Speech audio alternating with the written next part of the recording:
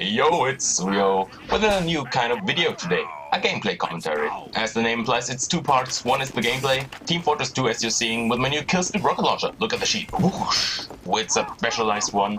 I hate the professional ones. All the eye effects look really ugly in my opinion. I also have the gunboats and the market gardener, but I'm not using them in this gameplay. It's all about the rockets and getting some kill streaks. And as the name already implies, there's a second part, which is the commentary. I'm going to talk a bit about the gameplay itself and also about a certain topic, which is, in this case, the new year. We are 1 week into the new year, and I'm just gonna look back onto 2013, look ahead what's up in 2014, about video games, about what I'm trying to do. So yeah, let's just talk about the gameplay for a bit. I'm on Payload Thunder Mountain, which is one of the better payload maps in my opinion, especially because you have so much freedom to jump around, mostly on the last stage. But right now we're on the first stage on the defending team. We've got the blue team pretty much locked down. They are not even reaching the first point. And I'm going to show you which strategy I used to get my kill streak. So, first step, jumping in. Second step, killing someone. Third step, getting out and recharging. So, basically I'm being a coward. But it works, I'm getting a 10 kill streak. Even though I think there's another reason for the streak, which is the metric ton of spies trying to take out our sentry nest and failing at it. While this plays in the background, let's look back at 2013. What happened? First off, for me, the biggest event in 2013 was graduating from high school and getting into university. Mainly because university gives me a great timetable. I have much more free time than I did in high school, which allows me to invest more time into projects like I'm streaming every week right now, in case you didn't know, twitch.tv/Suyo with Rio, every Monday morning video games. I'm also coding my own games. I'm progressing faster there as well, because I finally have the time to do anything. Let's have a quick update on what the games I'm working on are doing. First, Rhythm Tower Story, which I'm developing with help from Gannon95. We're having some problems with getting the level editor to run on his PC, but so far only the level itself, balancing and polishing are left, and then we can finally release a demo. As for other projects, I'm trying to remake some of the Ludum Dare games I like, for example Atom Grid or Maximalism. I want to explore the mechanics more, make more levels, maybe get it on Android, I don't know, would be a project. So stay tuned for that. While we're on the topic of video games, 2013 has been a weird year for video games. There's been lots of highs and also lots of lows. One of the lows being Xbox One. Yes, they backtracked on the DRM stuff, but it did show us what the video game industry is trying to do. They want total control. They don't want to sell us a game, they want to sell us a license, which is, in my opinion, a pretty scary thought. In games itself, it's also been a year of highs and lows. For example, Fuse showing us all why focus groups are really bad. In case you didn't know, it was originally supposed to be called Overstrike with a really nice art style before EA decided to redesign it as a gritty, brown, generic shooter.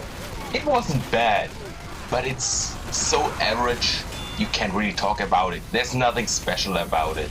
It's ridiculous how average it is. On the other hand, it was the year of couch multiplayer. I mean, online multiplayer is cool, but nothing beats local multiplayer. We got games like Towerfall and Samurai Gun. In case you did not play them yet, I urge you to at least look at some videos or something, because these are amazing. I usually hate picking a game of the year because there's not one single best game. It's subjective, there's different genres. Maybe I'm going to talk about this in the future. But if I had to pick favorite games of the year, one of the picks would definitely be Towerfall.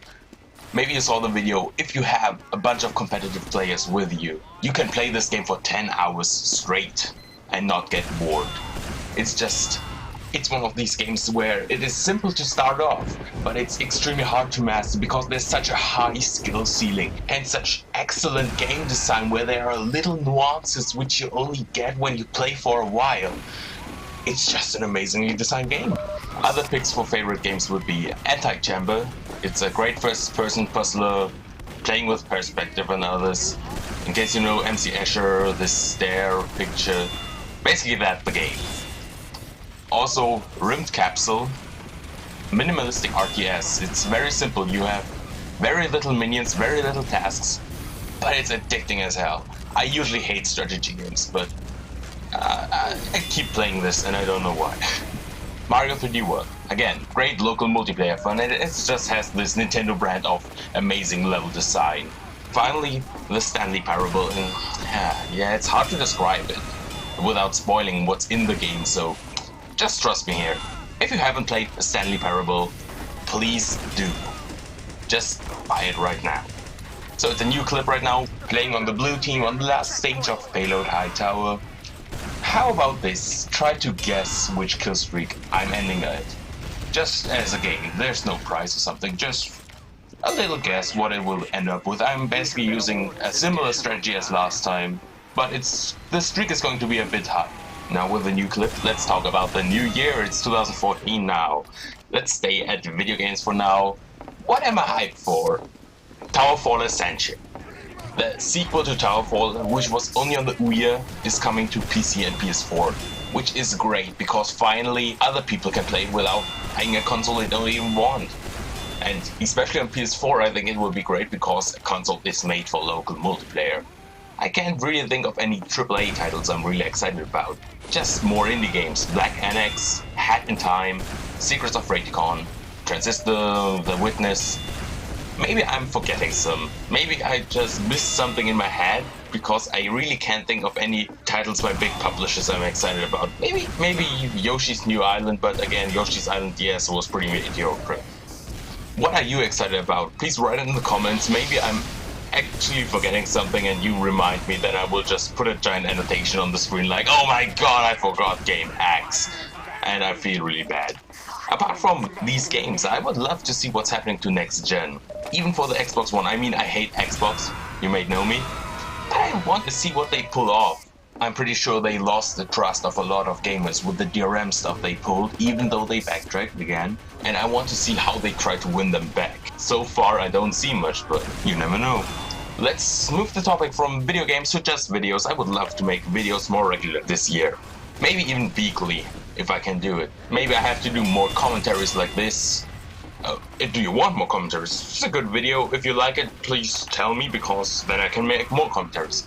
Maybe I can also just do stream highlights, because stream is one of those things which happen every week quite consistently. Yeah, I guess that's one plan I have for the new year. Another one would be upgrading my PC. I do have the funds for upgrading my PC, but I'm just too lazy to do it. But what I would really love to try is to get more into the Team Fortress 2 competitive community.